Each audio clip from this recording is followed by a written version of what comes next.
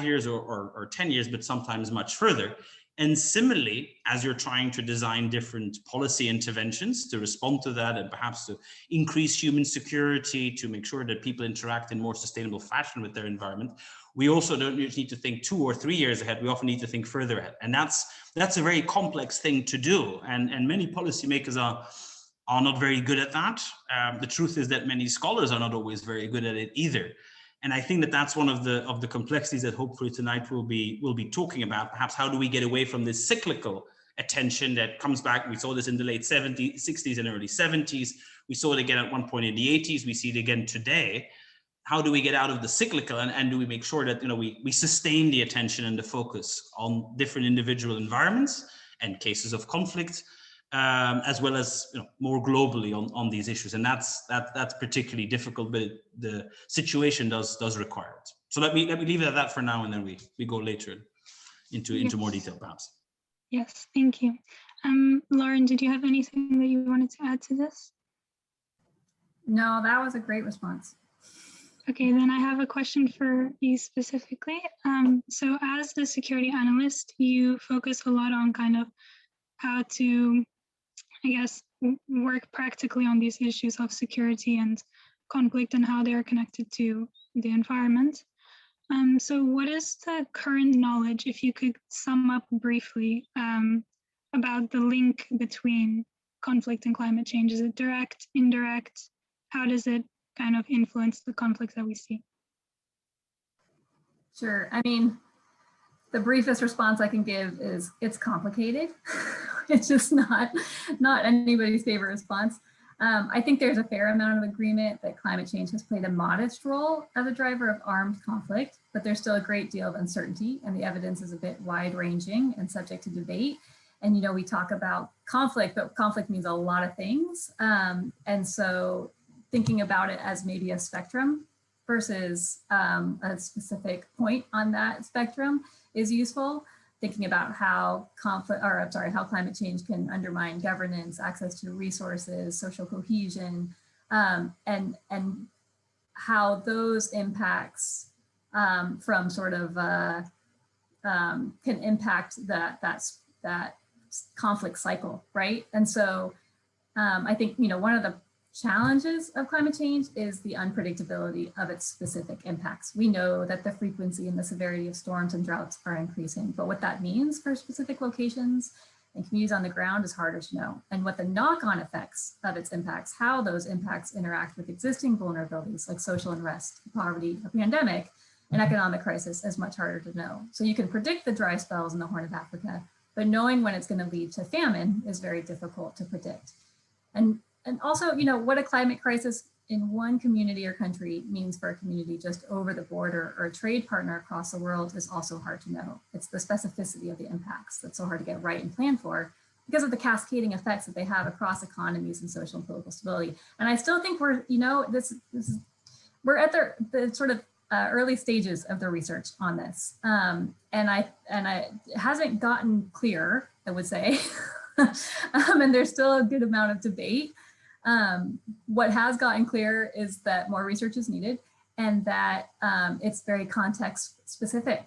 And so what you can take from that are the lessons that can inform how we make decisions so that the policies and the practices that we're putting in place on the ground are both climate sensitive and conflict sensitive. So that's like a good starting point, I'd say. But yeah, I'm sorry, it is complicated. Sorry, no worries. I guess that's kind of always the answer when it comes to these things. But so then a follow-up question was that you mentioned a lot about it matters the specific location that you're in. So how would you say, for example, in the region of like the Sahel, what have been the main kind of conflicts, conflict multipliers that we've seen coming from conflict change in the Sahel specifically? Yuri, do you want to take that one? Yeah, sure. I mean, one important thing to note, and I think it was implicit in some of what Lauren says when she made the point that, you know, where you're standing on this and how your experiences varies hugely. And that applies to the Sahel too. So the first important thing to note in any conversation about the Sahel is that climatic changes are nothing new there. People in the Sahel, especially pastoralist communities, have extraordinary track records of dealing with quite spectacular changes in land use, precipitation patterns, the moving forward, but also retreating of deserts, process of erosion, etc. So it's not like these communities have no repertoire or no registry to draw from.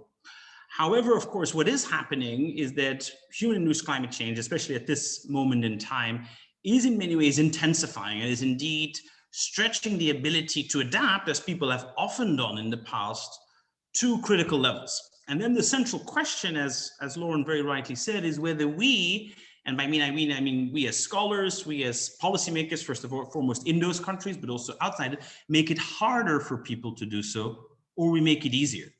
From the standpoint, I think, of many communities that I've worked with in different parts of Africa, the question is not whether or not the climate is changing. It always has, and it probably always will. The question is not whether there's adversity. Again, these people are no stranger to adversity and actually often take great pride in responding to it.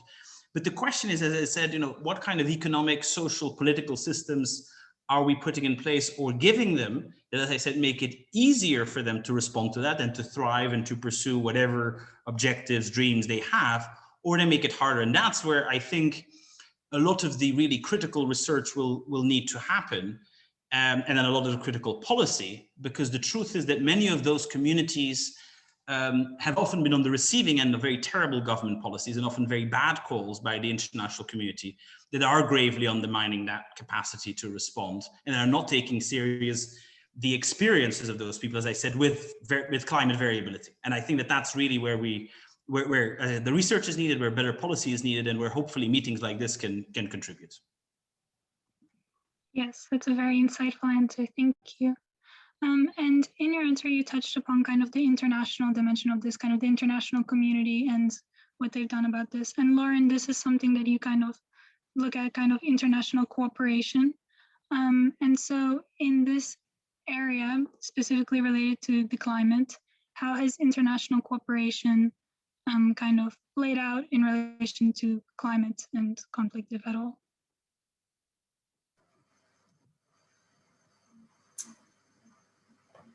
Sorry, I'm thinking. I mean, I think we're watching it play out, right? So do you mean like the state to state, multilateral efforts around climate change? I mean, I think that's a really interesting question, because I think one of the things that we've seen is, especially in the space that the US left in the last 4 years when it came out of the Paris Agreement and really sort of just left, you know, its leadership position on climate, was that in that sort of vacuum, you saw the rise of a lot of non-state actors and subnational actors taking leadership on climate. So you saw a lot of US cities and states stepping up and partnering internationally with other cities and governments. And you saw universities and the private sector and civil society come around together on climate change and partner across borders, right? And so and that's what it's going to take. This is not something that governments are going to be able to fix on their own with bilateral and multilateral partnerships. This is a sort of whole of government, whole of society effort that's going to need to take place. And so, and I think that, and you know, when you saw how fragile the US engagement on climate was, right? Like it just poof, overnight was gone.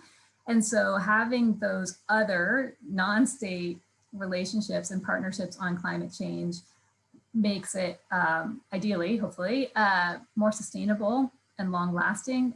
And so having sort of new modes of multilateralism, you might call it. I think what's interesting to think about is, what does that mean for the major international efforts like COP26, right? So how can we think about our multilateral state-to-state engagement in a way that brings in these other actors? I It's really fascinating and interesting. I think China is a big question mark in the U.S.-China relationship, and it's been troubling this week to see that.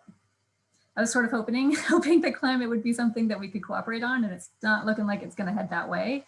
But I also think that this is like early stages, and this is like, we need new institutions, like new ways of thinking about institutions and systems and new ways of partnering. And so there's a lot of opportunity here to do things better if we can sort of build the right relationships.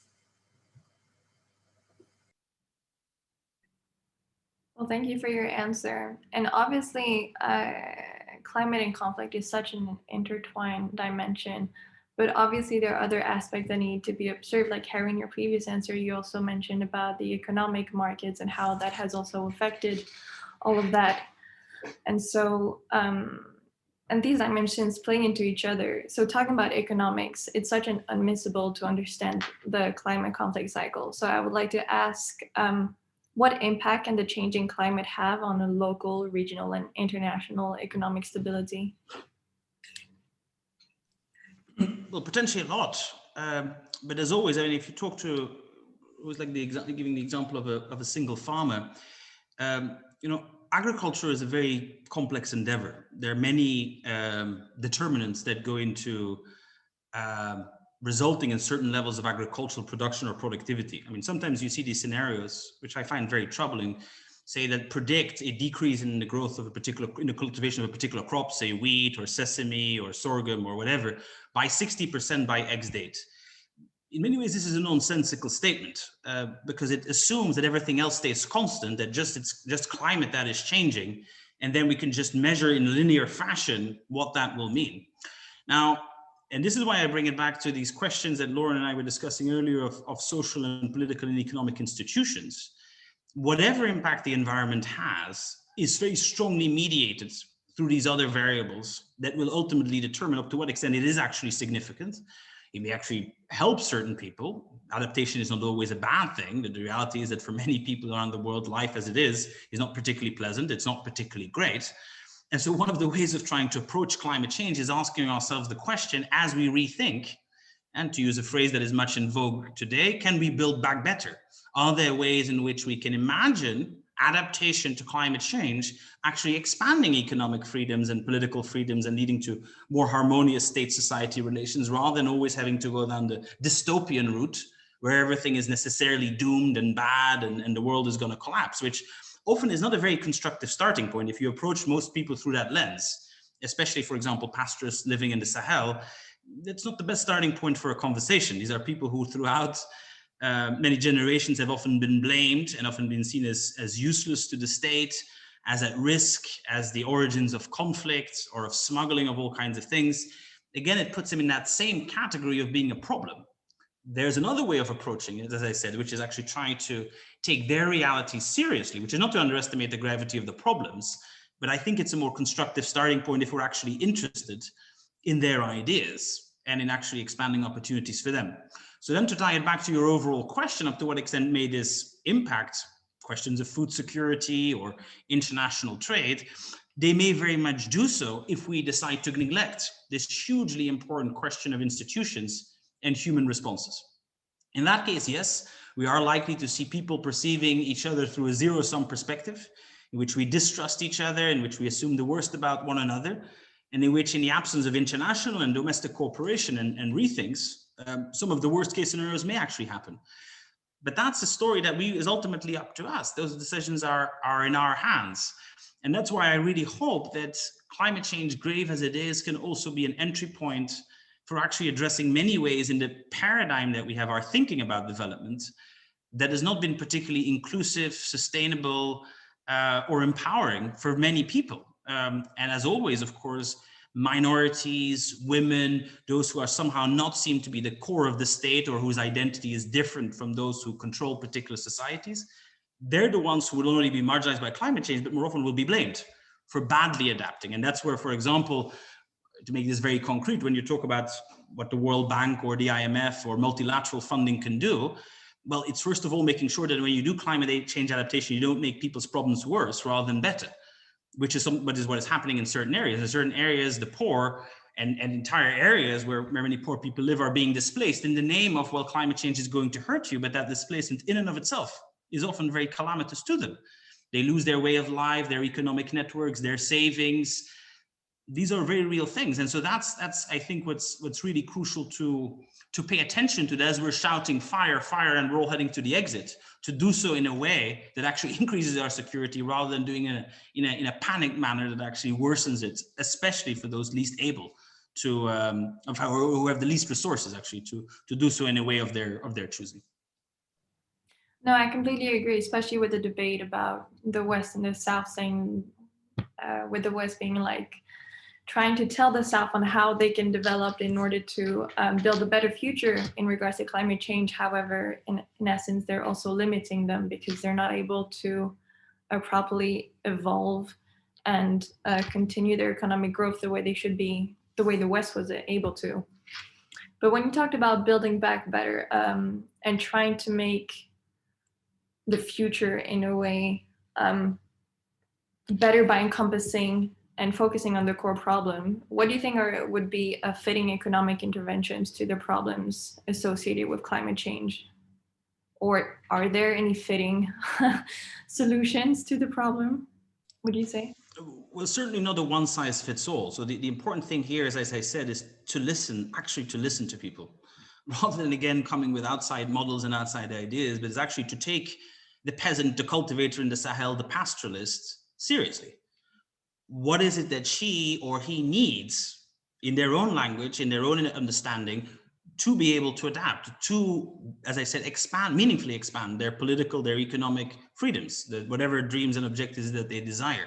And that sounds easy to say, but it's always extraordinary to the degree to which participation, which is an often used word in development debates, including climate change, really means people going around and gathering them in a big room and an outside person, whether an outside coming from the capital or from a foreign country, essentially telling them what is about to happen. That's often what participation actually amounts to. And so, a model, for example, that tries to concentrate questions around food security from the perspective of the farmer, as opposed to the perspective of macroeconomic statistics, would be very welcome. I've seen this myself in many of the countries where I work, where it's not because a country exports a lot of food that there is, of course, food security for most of its people, right? I mean, at the statistical level, that may look great, but in reality, in places like Egypt, for example, or Sudan or Ethiopia, the truth is that historically export-oriented models of growth, especially commodity exports, coincide with food crises and often deepening food insecurity for many people. So again, the question there is, what would an ordinary farmer need in terms of insurance, in terms of infrastructure, in terms of credit provision, in terms of political rights, in terms of property rights, in terms of advice or research support or whatever it is. But let's try to take that as a starting point. And the people we're supposedly concerned with in this debate about climate change and equity, rather indeed than again saying, well, these are poor people, but essentially they're ignorant, they don't understand the gravitas of the crisis, they often make their own problems worse, inadvertently, but nonetheless they do. And therefore we have to make decisions on their behalf. This has proven catastrophic throughout the 20th century, and climate change in that sense is, as I said, really a critical juncture that hopefully also offers the opportunity to make this mental shift, to make this paradigmatic shift away from what are essentially very authoritarian understandings of development and of environmental change to more inclusive, decentralized ones. Which is where I think most people, actual people, would like to see things heading. Can I jump in real quick? Because I think that's a really important point. In the US, a lot of the climate change narrative has been around, in the last couple of months, I should say, has been around the connections between climate change and injustice. But when we were talking, when the US, I'm like big generalizations here, but a lot of the narrative around climate change internationally in the US is around the security concerns, right? And that's a big gap in the narrative. And so I think it's really important that, at least on the US side, we think about how we apply this environmental, social, racial justice lens to our international engagement on climate. And what Harry was saying is how we do it, right? It means having the stakeholders at the table and listening to them, and and developing solutions that are not just on our own interest, but are really informed by the needs and wants of the people that we're working with on the ground. So I think that's a really important point. And I think that there's going to be a lot of money going into climate responses, and making sure that that money is deployed in equitable and conflict sensitive ways is going to be critical to it being effective, right, in the long term. Yes, so indeed, like you just mentioned, that there's a lot of money going that will be going into climate responsive, but also, as you both mentioned, there's this huge gap in between perception of climate change and national priorities, depending on where you are on the globe. And overall, so going back to your statement, Lauren, about Climate Responses Fund, what do you think, or how permanent do you think the cost of climate change will be in terms, yeah, overall, if it's not too broad of a question to ask? It's a pretty broad question. I mean, I think that the financial systems, I mean, just from what I've been hearing and reading, you know, the financial institutions are kind of starting to recognize that climate change poses risks to their bottom line, right? And so this is one of the things that I work on, right? Is how do you get people who don't think climate change is relevant to their portfolio to recognize that it is? Because climate change is now the context in which we are all living. It is the context in which we are making decisions and on where we live, where we work, how we access food, right? And so if businesses aren't thinking about what climate change means for their sustainability, and if financial institutions aren't thinking about what climate change means for the risks to their bottom line, then there's going to be consequences for that, right? And I do think we are starting to see some recognition of this more broadly. It's gonna the response is going to require both public and private financing, and so that is starting to be galvanized more and more. In terms of like the cost, you know, Texas, like the winter storm that hit Texas last month is going to be the most expensive natural disaster in the history of the US, probably. I think I saw like between 195 to $295 billion. The wildfires in California in 2018 cost $150 billion, and 46 billion of that wasn't even a cost that California absorbed. It was outside of the state, right? So, and this is like, we are the richest country in the world. We have strong democratic institutions. We have a strong state and federal system, and we were not prepared, right? So what does that mean for places that don't have the capacity, that don't have the resources to respond to even a single crisis, let alone what climate change is, which is cascading and compounding crises, right? It's not a one-off thing that you have to respond to and recover from. It's something that has lasting effects and cascading effects that you then are still dealing with when the next crisis comes. And so I don't know that I could put a number on what climate change is going to cost the global economy, but it is going to really force us to rethink what the economy looks like.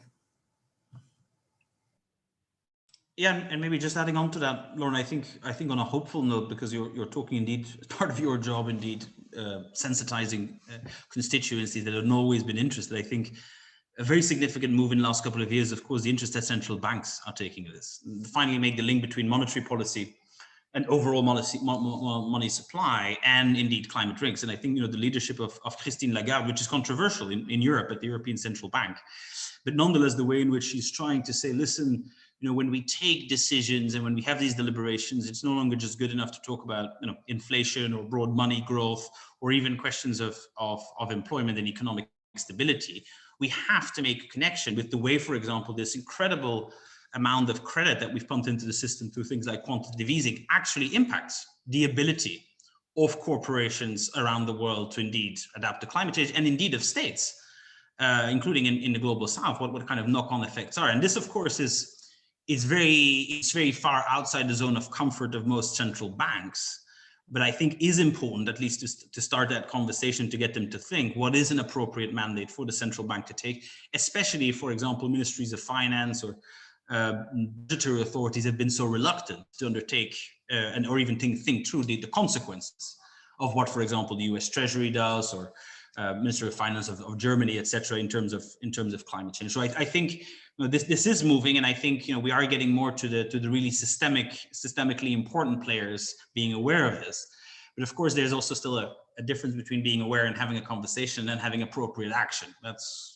There's still quite a bit of space between those things, and so again, that's hopefully where in the next couple of years we can accelerate the pace of discussion and of thinking, because it is so vital, especially once again for those living in very difficult circumstances already, and often deprived and not having seats at the table in discussions that really for them are existential.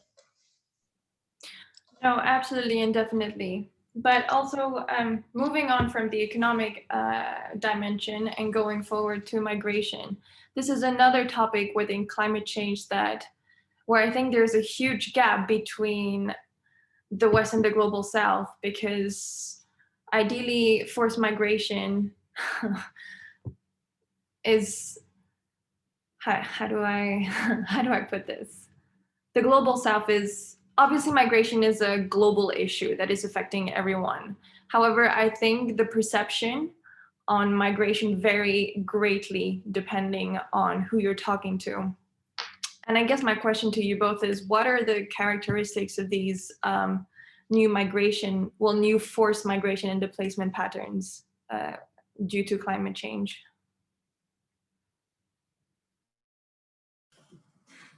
Well, I can start. I mean, I think, first of all, you're absolutely right. There's different kinds of mobility, right? There's forced displacement, there's internally displaced people, which is actually the majority of sort of climate impacted people are moving internally within states, not necessarily across borders.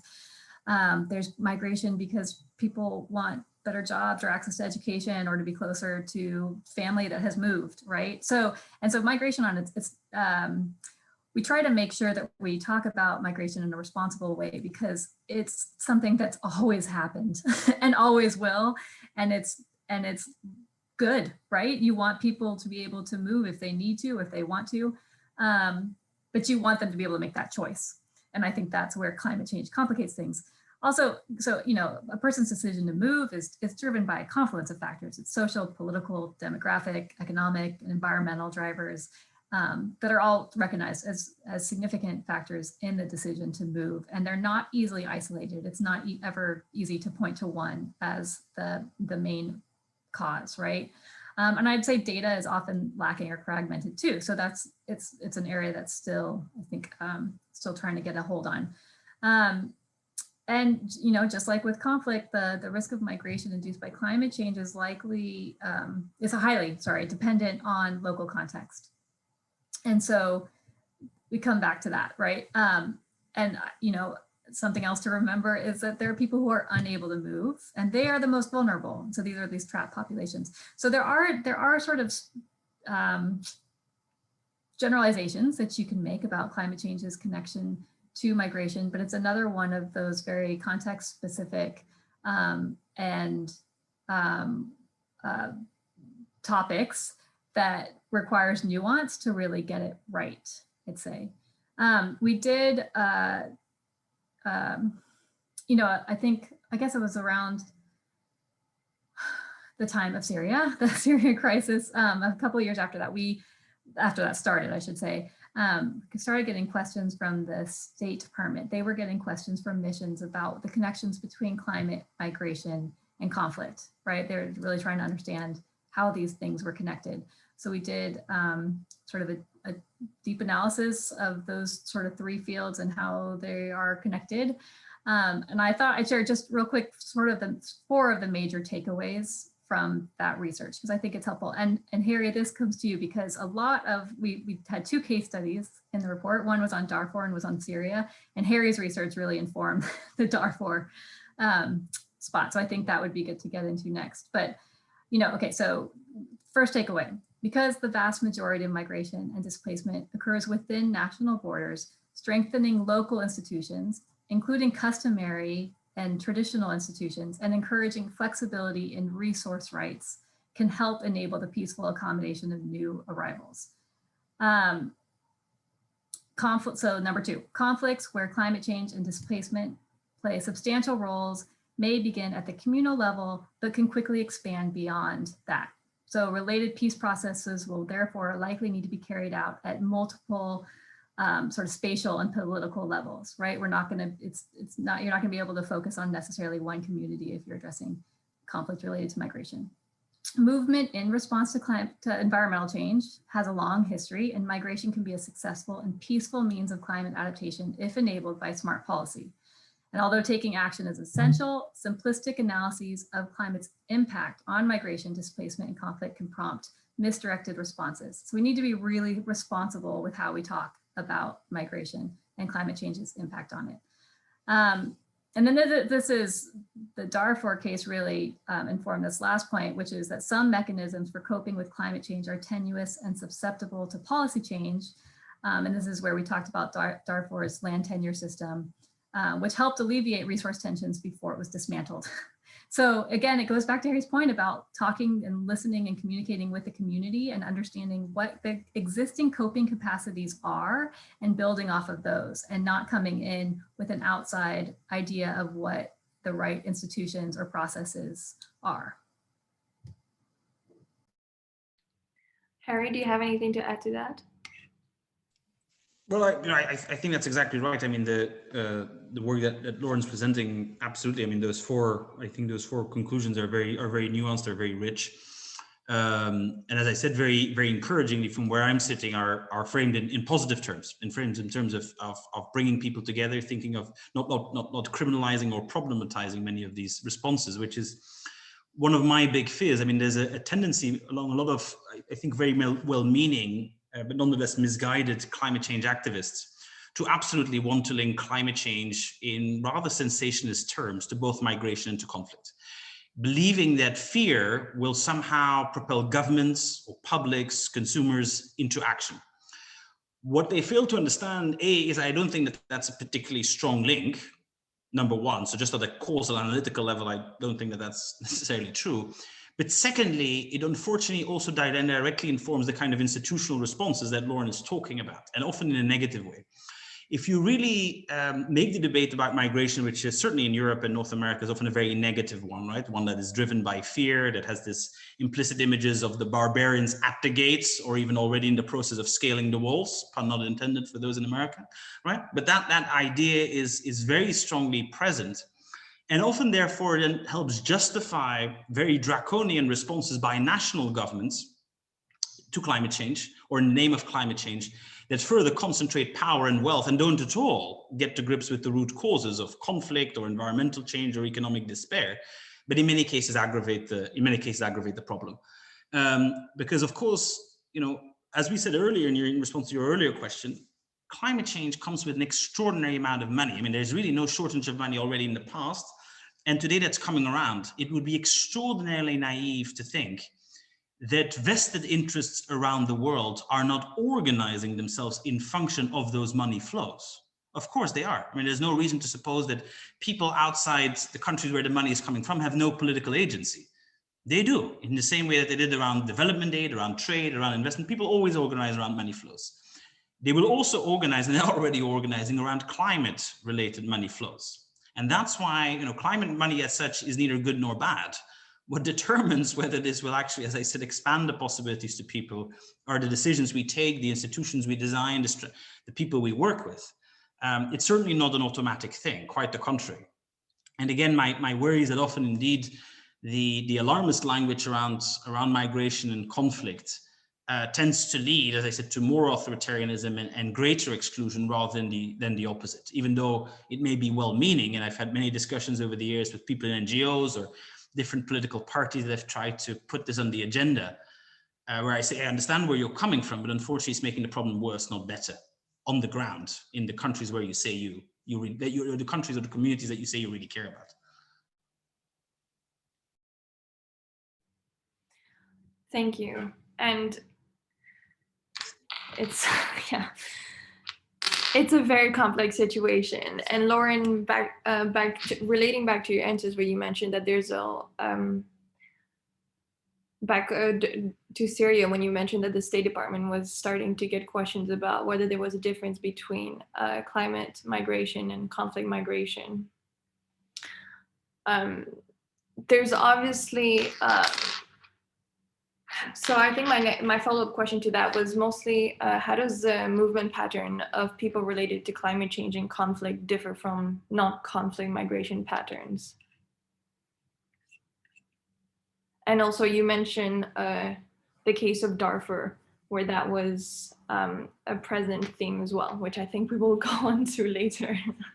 Yeah, no, I mean, so there's a lot of different kinds of climate related migration, right? One is natural disaster, we call them natural disaster, they're really just disasters, right?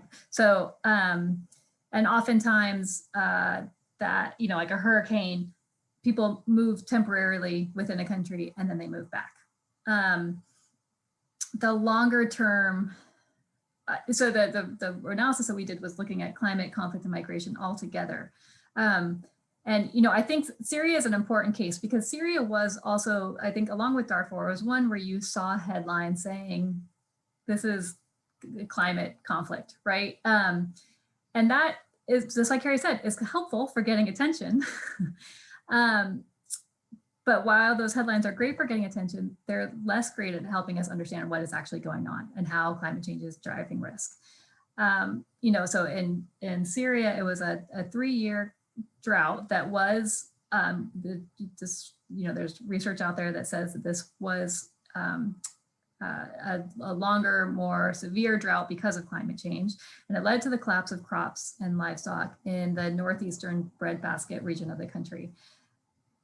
The Assad regime also had terrible policies related to water, right? So it was this, you had a drought and then you layer that on top of poor governance of water access. And then you start to have migration to cities that were already burdened by Iraqi refugees. So you had, I think, Syria's urban population in 2010, 20% of it was internally displaced people and Iraqi refugees. That was like a 50% increase in just 8 years. And that, you know, strained the limited services and the deteriorating infrastructure. And then at the same time, you had the Arab Spring springing up, which was in and of itself sparked in part by a drought in Russia that led to sharp increases in global food prices. So you had peaceful protests break out. Assad's regime responded by torturing youthful protesters, and the anger spread. And so what had previously been considered an unlikely uprising began to take shape. And so being able to tell that story in a headline is really difficult, right? And so we do need to be looking sort of beyond the headlines at these issues and understanding how climate change, the kinds of risks that climate change is driving and what those pathways are. That's the only way we're going to be able to identify the right entry points for addressing those risks, is if we understand how it's interacting. I think the challenge with climate change is that it probably, we will see greater numbers of migration and probably new pathways of migrants, like new sort of routes and places where they're going. And so that's what we need to be thinking about and preparing for, and recognizing where there are vulnerabilities so that we can help those people bolster their livelihood security so that they can stay if they don't want to and they don't have to move. And so that's where the analysis really needs to come from, is recognizing where climate change will drive existing vulnerabilities. Yes, thank you for your answer. So you kind of touched upon, like in Syria and in Darfur, these were kind of the cases where climate change was a lot kind of explicitly linked in the headlines of all of the stories. And so I wanted to ask you, Harry, since you're kind of the Darfur expert here, how exactly, in the case of Darfur specifically, was climate change linked to conflict, not only directly, but also in terms of the economic stressors, food stressors, agriculture, things like that? Well, thank you for that. Now, Darfur is a long, again, a long and complex story, but as a whole, 10 minutes, Harry. 10 minutes. I've got 10 minutes. Okay, 10 minutes. Everything can happen in 10 minutes. But no, but on the whole, you know, most of my work has indeed been profoundly skeptical of the headlines. I mean, the UN Secretary General, of course, very famously said that it was the first climate change conflict or the climate change war. You've had a whole series of articles, especially pushed by op-ed writers in places like the New York Times, for example. Again, trying to do what I referred to earlier, trying to draw attention to a part of the world that doesn't always get a lot of attention, and certainly not constructive attention. But doing so actually based on very questionable empirics. I mean, at a very fundamental level, the things I said about the Sahel also apply to Darfur. This is a part of the world. There's a very long-standing track record, an overall quite successful track record of adapting to various forms of environmental change, whether climate-related or not, and in which migration is historically indeed one of those ways of responding. And as I said, that has gone pretty well, including, for example, during the 1980s, when the Sahel had its worst ever drought, which, you know, in terms of declines in precipitation patterns in certain regions was up to 70, 80, perhaps even more %. I mean, the data we have on this is a bit sketchy, but nonetheless, just about everybody agrees that the 1980s were horrific. But Darfur on the whole did relatively well. There was very little conflict in Darfur, or going from Darfur into neighboring regions. There were all kinds of other problems around this part of Sudan, but Darfur itself was remarkably stable. It's ironically during the 1990s when rainfall increased, didn't decrease, it increased, that we begin to see an increase in the number of violent incidents, both among Darfurians themselves, among different communities, but increasingly important towards the end of the decade, in terms of uprisings against the national government. And that has everything to do with what Lauren briefly referenced, which is the dismantling for political reasons of a whole series of institutions and adaptation mechanisms that had originally existed, but which the government thought were dangerous for it or were adverse to the kind of economic policies it was pursuing. And so when the violence in Darfur really scaled up in the early 2000s, it was for two reasons. It was on the one hand because local resistance in Darfur against the national government began to congeal and to grow into more organized forms of rebellion. And they were able to take on central government in a way that wasn't possible before. And secondly, the central government hit back very hard, using many of the victims of its policies. So it used people who had been displaced by the government's policies, but said, you have no choice, you're desperate, etc. Why don't you come work for us? And you take whatever resources you need from the other side. And so the reason, of course, why the Sudanese government has loved this climate change conflict narrative is because it allows it to wash its hands of the case and say, it's not us, it's an act of God, or it's the fault of the West because it has been polluting so much, or whoever, but not of us. And this is where, you know, my worry exists in the depoliticization of a lot of the climate change conflict discourse, that it tries to establish in scientific terms a relationship between the environment as an exogenous, independent variable and conflict as the dependent variable. Whilst, as we said, the linkages are so much more complex. There's no question, what I'm trying to say is that there's no question that resources were central to the Darfur war. Absolutely. A lot of it was about water and land and the ability to feed your people, but not in the ways that people imagine, or not in the ways that climate change conflict suggests to you. Namely, people run out of water because of the climate, therefore they start killing each other because somebody needs to drink the last drop. That's not how it happens, right? It's exactly because of those government policies that create scarcity artificially and that restrict the ability of people to adapt that we see wars arising. And the same goes up to a large extent for Syria, as Lauren has explained. There's no question that Syria was indeed between 2006 and 2009-10 dealing with the drought. I myself actually had the chance to travel, including in Northeast Syria in that time. That was real, there's no question about it. But at the same time, you have the Assad government, which actually was decreased by half its budget for water reservoirs and water storage, which began to, at a massive scale, privatize and liberalize a whole series of agricultural markets at the time when people actually needed that most. And so it is no surprise indeed that many of these people then signed up for various rebel movements, or first protesters and later rebel movements, to oppose the regime, but to draw the conclusion, as some would do, that therefore what we need is strong government to protect local communities against their own ignorance and bad consumption patterns is exactly the wrong lesson to draw. So I hope that makes some sense. You know, for me, you know, as I said, what is really the crucial thing here is allowing people to respond to the science, to respond to the unpredictability and the uncertainty, because for many parts of the world, the reality is that the global general circulation models we use for climate are not very useful. For Africa, for example, and for the region I study, there's extraordinarily poor empirical data. On the Nile Basin, for example, nobody can tell you for sure whether there will be more water or less water. The only thing we can say is it's going to be more unpredictable. So what does that context of uncertainty mean? It means the more options we can generate for people, the better, the more they can determine themselves where to go. And again, we support them in doing that, the better. The simplistic narratives, as we saw, including coming from the UN, make that harder and actually are disempowering for people and allow very powerful people who've made a lot of money out of a lot of these conflicts to wash their hands of their responsibility and to walk away. And that's what a lot of my work has tried to argue in relation to Darfur and other parts of the world. Does that make some sense? Yes, absolutely. It's a very insightful answer and under 10 minutes. So thank you very much.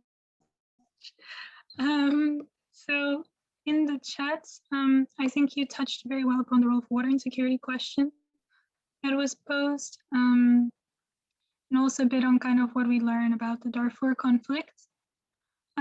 So if anyone has any other questions, I will give just 1 minute to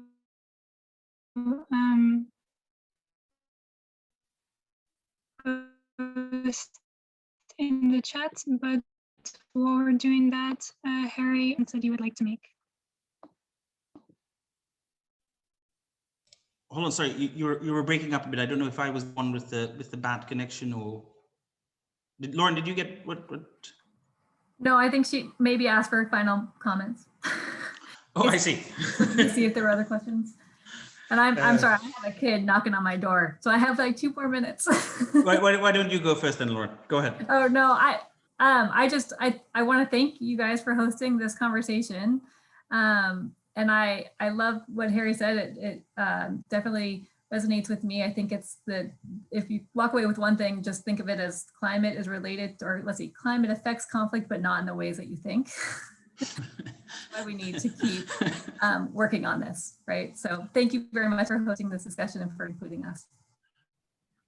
Yeah, well, let me just echo that. I think yeah. Thanks also for giving me the opportunity to be here with Lauren, with you both, with the audience. I think environment is absolutely central in security discussions. It's important that we keep it there, but we keep thinking about, as I said, in creative ways, in decentralized ways, in bottom-up ways, and that we get that context right. Just like with economic interventions or political interventions, context matters hugely. People around the world perceive of these things differently, have very different experiences with it, and it's rather than seeing that as the problem, that's where the real resources are, and that's where the real potential solutions to many of the questions we're wrestling with that will be coming from. And I think keeping that in mind, wherever you are of your own trajectory, whether you're studying or just started working or you've been working on these issues for a long time, I think is always a good thing to keep in the back of your head. But thank you so much. Can I make one plug for there's an Environmental Peace Building Association, since it's a lot of sort of young professionals watching. It's only about a few years old, but it's a very robust community of professionals and researchers who are working on this space. So I would encourage you to look at it. It's called the Environmental Peace Building Association, and it gets to a lot of what we talked to today. Well, thank you both for your insight. This was a very interesting conversation, and I'm sure our audience thought as well. Unfortunately, we have run out of time, so we will not be able to do the Q&A, but perhaps we can find another way to get those questions answered. So I would like to thank you both for being here tonight and give us all your expertise on such a complex and dynamic topic. Obviously, there's a lot more to be said, but I think we've covered a lot in 60 minutes. So yes, thank you both for joining us tonight. It was a pleasure to host you. And to our audience, thank you for joining us tonight. And if you want to stay up to date about our future events and webinars, you can follow the Jason Institute on Instagram, Facebook, and LinkedIn. And a recording of this webinar will be uploaded as well, so you can rewatch it and share it with others. And another thing that we highly recommend is joining our 45th anniversary, which we will celebrate on the 9th of April by hosting a full day of events on the topic of the changing role of NATO. So again, thank you for joining us tonight, and we hope to see you all at our next event. Bye.